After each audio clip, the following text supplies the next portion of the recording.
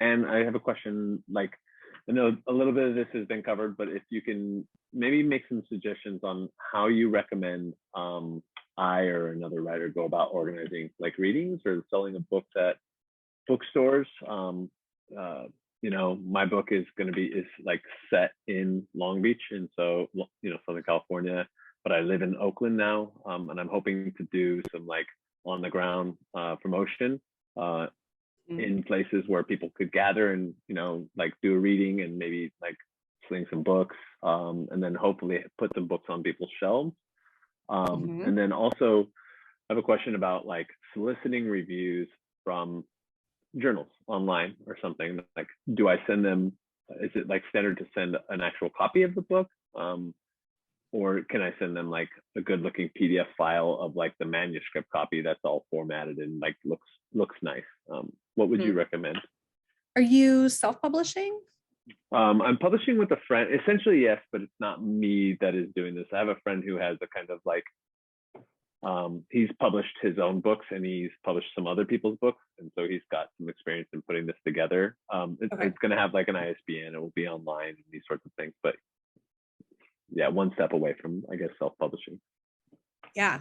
That's a good question. I mean, I think the organic on the ground connections that you can make are going to be really impactful. So if you know people in Long Beach or in that area, like kind of the Central Coast sort of California area, like just, put on a terrible Hallmark movie and start making a list of all the bookstores in that area, so that you know who to contact. And then when you go like on vacation down there, take a copy of your book and bring it in and say, I'm the author. This is about a local topic. I'm happy to sign stock if you decide to order it. I'd love to do an in-store event.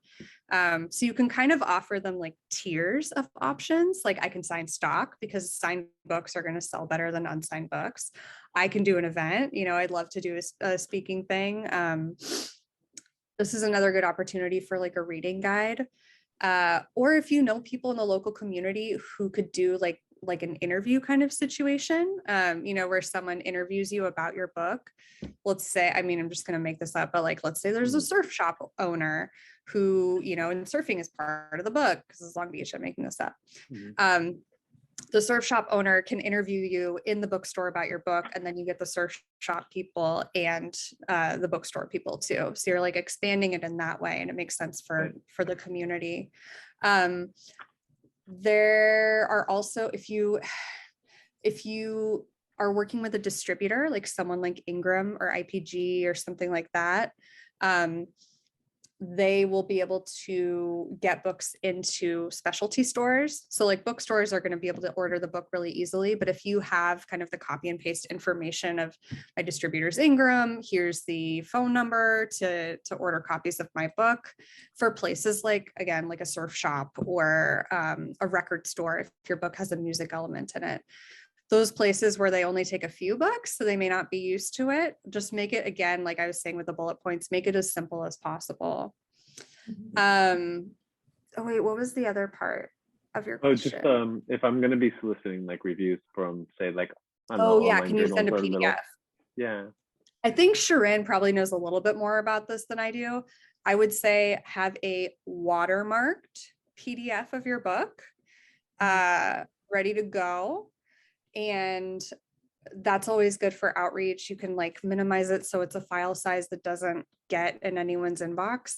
And then you can follow up with a paperback, because otherwise you're just gonna get a million paperbacks. But Sharon, what do you think about reviews? I think the big problem with reviews is that they want to know that they're reviewing the final copy. That's a stumbling block, because they don't want to find themselves like reviewing a book and then in the meantime you've decided to edit it, and then they've given you a good review and you've turned it into trash, or vice versa. You know what I mean? So the industry uses something that's called an advanced reading copy, which is supposed to be a facsimile copy of what is actually going to hit the shelf, except for some like back matter and the the blurbs on your back page and your endorsements, that kind of thing. That everyone expects that to change a little, but that the content is pretty set. The problem if you're a self-publisher is that you can change the content at any time, and nobody's really kind of keeping an eye on you. So I would say that you'd probably get the best response if you called it an advanced reading copy and you went out of your way to reassure them that this is actually it, that it's going to go on sale, that you're all finished, you're past, you're out of the editing process, and this is indeed what is going to be sold. The other thing when you're soliciting reviews is, and media for that matter, is that, you know, I'm a new author and I have this new book is not interesting to anyone because there are 20,000 of those people every year. So you really need to find an angle. You need to go to the media. Like if you're writing about surfing, you need to go not to like at the Atlantic and the New Yorker. You need to go to surfing magazines and say, you know, the people who read you would like to read my book because it's about this. Or even better than that is to come in and say, oh, all surfers are really interested in the fact that in 1964, the surfboard expanded by 2 feet. This is a book about why that happened. So you want to find a very specific angle in your way in. Got it. Thank Okay. you. You're welcome. And last but not least, James. Great. Thank you so much again for both of your times. Really appreciate it. No, I'm the only one spotlighted now. All right. I'll at least Anne back in. I know what I look like. Well, great. Yeah. Well, thank you again, obviously. And I guess some of my questions is sort of bouncing off of Jesse's is what are some things that you should definitely avoid doing or some of the biggest mistakes that you've seen? There's so many. No. I think, well, okay. So one that I think people don't think about is I feel like I heard someone say that it during the question time, like, I'm just saying like me. I think a lot of times authors conflate themselves and the book. And I hear from authors a lot, like, I don't want to be like too self-promotional. And I think that's just going to get in your way. First of all, there's plenty of people who are down to be self-promotional and they will be heard. So like, you know, they're going to take up the space, but also like, this is your book. This is a project that's really important to you. It's worth enough time and energy for you to put years into it. So don't let your own insecurities about being out there cut into the promotion of the book. Like people have to hear about the book, and a lot of the way that people are going to hear about it is through you. So I mean, when I'm really trying to like work with an author and say like, you have to talk about this, I say like, it's your obligation to the book to let people know about it, because otherwise no one's going to hear about it. So I think that's kind of a mistake, is getting in your own way and psyching yourself out. The other thing, I think I've mentioned this a couple times, is just get your stuff together in a way that is really easy to understand. It's not going to take, you know, like, let's say I get an email and it's like, hey, I have this proposal. It's kind of about this. And there's like 2 paragraphs. Do you want me to send it over to you? Like, yes, please do. Instead, like the email would be great. Like, hi, I'm an author. This. My book is about this. I'm attaching a sample, or like, here's the first paragraph or something, you know, whatever you can attach to an email without it getting flagged for spam.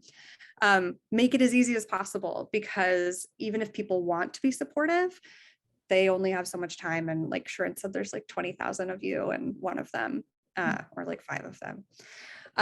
So just think about it, and have someone who's not a writer review those materials if you're sending out pitches or something like that, because they will have a completely different perspective. And like Sharon, I think, mentioned, like writers can kind of get, you know, overly close to their work or not be able to see things, you know, blind to certain things. So even just with organization, have someone with a really different perspective look at it. Like my husband and I are completely different in terms of organization, and I'll look at something and be like, what the hell does this mean? Or the same, he'll be like, I don't understand that term. I'm like, you know what that means? So get some fresh eyes. Perfect. Thank you. Yeah, the first one really resonates, because, you know, that's something that I've been struggling with is, you know, I don't like to, this self-promotional thing. Yeah, but that's definitely a good point. Thank you so much. Yeah, I think, you know, writers are such well, in general, this is a big generalization, but writers are such earnest, thoughtful people that I think they're like mostly not monsters. And like the monster side of a person tends to lean toward just like me. And I think writers kind of are like a little far on that scale of not me, like, oh, just look at the work. But yeah, you are serving the message of the book. And if they don't hear about it from you, are you sure they're going to hear about it from somewhere else? If you're not, you should probably talk about it. Right. I think that what might help a lot of writers is that what you said, it's not self-promotion, right? And I think that a really easy way to talk about it is that if you are writing in any particular genre, and I count literary fiction as its own genre. So whatever kind of book you're writing that kind of book, usually because you enjoy that kind of book, and you know people who enjoy that kind of book, and you know that genre well enough to think, oh, this would do, like the people who read these kinds of books would think that this is really great. So in that case, what you're really doing is telling people like you who like the same things that you like. You're not selling anybody anything. You're just saying, hey, if you happen to like, you know, science fiction set in the 4th century, I wrote this book about science fiction set in the 4th century. And so it's really just like, I think the easiest thing is to think you're not selling. If you're not going to be interested in my kind of book, go, that's okay. Go and talk to this other person who's written something else over here. I am just making sure that people who would already like my book know that my book is there to please them. It's a public service. Yes. I think the other thing about depersonalization too is like when you start looking at Amazon reviews, if you have not disconnected yourself from the book, you're gonna have a really hard time. I mean, just don't read Amazon reviews, but also like people are going to say stupid things like, you know, I hate the cover. Like, okay, how's the book? So kind of like developing that disconnect, like pulling yourself apart from the book will just serve you in tons of ways. I don't think it will do you wrong at any point, but it will help you at a lot of points. Great. Thank you so much. Yeah. You're welcome. Okay. We've kept you way over, Anne. So I just want to tell everybody. She's still up. I can hear her like, wah! My daughter's 13 months. So we don't want to keep you much longer, but I did want to tell everybody, I hope everyone saved a little bit of wine or champagne in the bottom of the glass. I did want to tell everyone that Anne was so kind because Anne and I met 11 years ago on this night, and this night is her birthday night. So she's spending her birthday with us. So isn't that nuts? When Sharon like asked me to do this, I was like, yeah, like what timing works for you? And she told me this date, and I was like, you've got to be effing kidding me. It's not only my birthday, which is great and fun. I was like texting a friend, like, yeah, I'm doing something really fun tonight. I'm doing this like marketing Q&A, which is dorky, but that's me. But that also it's like Sharon, like it's cosmic stuff. Sharon and I like realigning on this day and being with you. So I think that anything that comes out of this hour is going to be like good and like cosmically blessed because everything's just lined up. And it's Sagittarius energy too, which is like very bold and like get it done. So I send all of that to you. Not to mention the fact that I sent you champagne. Where is it? Yes, you sent me she sent me 2 champagnes. So, thank you for the champagne. Birthday, Anne. Thank you so much. Happy birthday, Anne.